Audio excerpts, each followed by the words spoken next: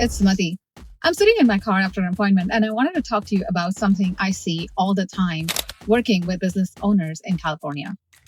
There are 5 mistakes that business owners make when they are selling their businesses. Mistakes that can cost them hundreds of thousands of dollars. And the thing is, most of these mistakes are completely avoidable if you just know what to look for. So in this video, I'm going to break down these 5 mistakes and show you exactly how to avoid them. My name is Sumati. I work with homeowners and business owners, helping with homes and businesses sales, property transitions, negotiations, due diligence, all of that.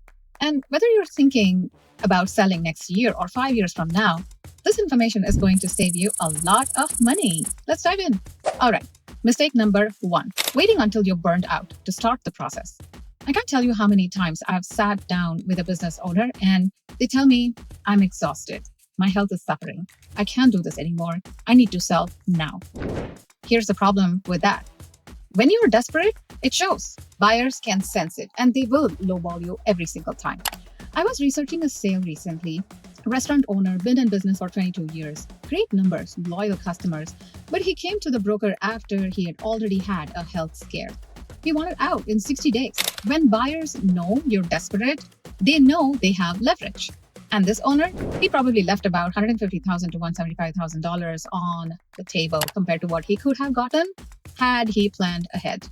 So here's the rule of thumb. Start thinking about your exit at least 18 to 24 months before you actually want to be out.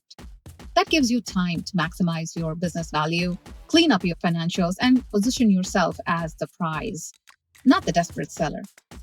Even if you don't list right away, having a plan changes everything. Mistake number 2, not knowing what your business is actually worth. Most business owners, they hear a number from a friend or they use some online calculator and they think, okay, my business is worth X.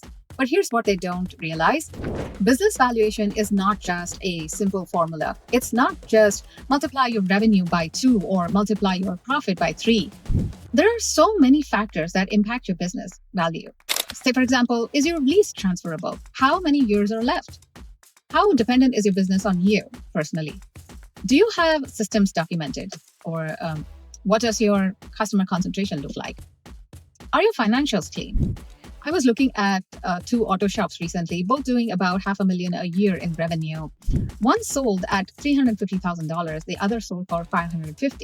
Same industry, similar revenue, $200,000 difference in sale price. Why? The second owner had everything documented. He had a long lease, he had a manager in place, the business could run without him. The first owner, he was the business. He touched every car, knew every customer personally, and that made his business worth less. If you're guessing at your value, you're either going to overprice and sit on the market forever, or you're going to underprice and leave money on the table. That's why I always recommend getting a professional valuation early, just so you know where you stand. No pressure to sell, but at least you know your numbers. Mistake number 3, having messy financials. This one kills so many deals. If your books are disorganized, if you are running a lot of personal expenses through the business, if you have unreported cash income, you are going to have a really hard time selling. Why? Because buyers need financing and lenders need clean, clear financial statements. They need to see 3 years of profit and loss statements. They need to see tax returns that match your books. They need everything documented. If your financials are a mess, one of the 2 things happens. 1, the buyer can't get financing. The deal falls apart. 2, the buyer uses your messy books as leverage to negotiate a lower price. They will say, well, I can't really verify these numbers, so I'm only going to offer you 70% of what you're asking. And here's the thing. This is so fixable. If you're thinking about selling in the next year or 2, start cleaning up your books now. Hire a good bookkeeper if you need to. Get your P&Ls organized. Make sure everything matches your tax returns.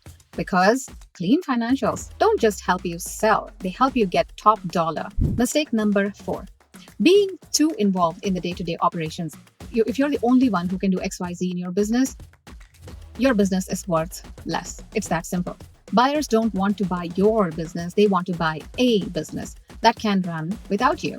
Think about it. If you are working 60 hours a week and the business is completely dependent on you being there, what happens when you leave?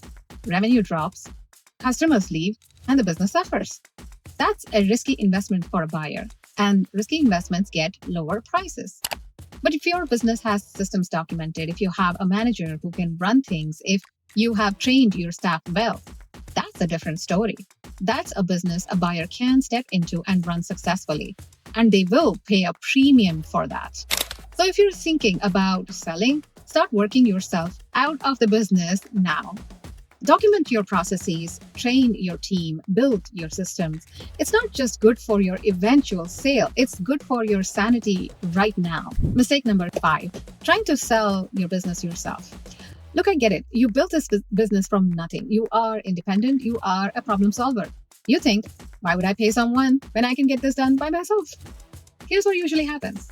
You list your business on BizBuySell or any one of those sites.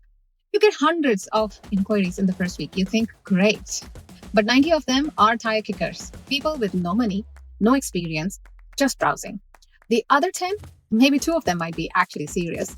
And now you are spending 20 hours a week answering emails, taking phone calls, and showing your business to random people. Meanwhile, your actual business is suffering because you're distracted.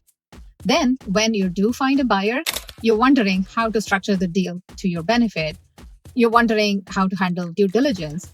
You're wondering what your negotiation terms should be. And you end up agreeing to things you shouldn't have agreed to, like seller financing you can't afford or contingencies that blow up your deal. I've talked to business owners who try to sell themselves for 8, 10, or 12 months. They're exhausted. They have wasted a year. And when they finally work with a professional, the business sells in 60 to 90 days. Here's the thing. A good broker doesn't cost you money. They make you money because they know how to position your business, find serious buyers, and navigate the entire process. All right, so those are the 5 biggest mistakes I see business owners make. 1, waiting until you are completely burned out. 2, not knowing what your business is actually worth. 3, having extremely messy financials. 4, being too involved in the operations of your business. 5, trying to do it all by yourself. If you're a business owner in the San Gabriel Valley or in Illinois or anywhere in California, and you're thinking about selling your business, even if it's a year or 2 down the road, I'm happy to help. I offer free business valuations, no obligations, no pressure. We'll just look at your numbers and give you an honest assessment of what your business is actually worth. There is a link in the description box below where you can book a free call with me. My name is Sumati, and I'll see you in the next video.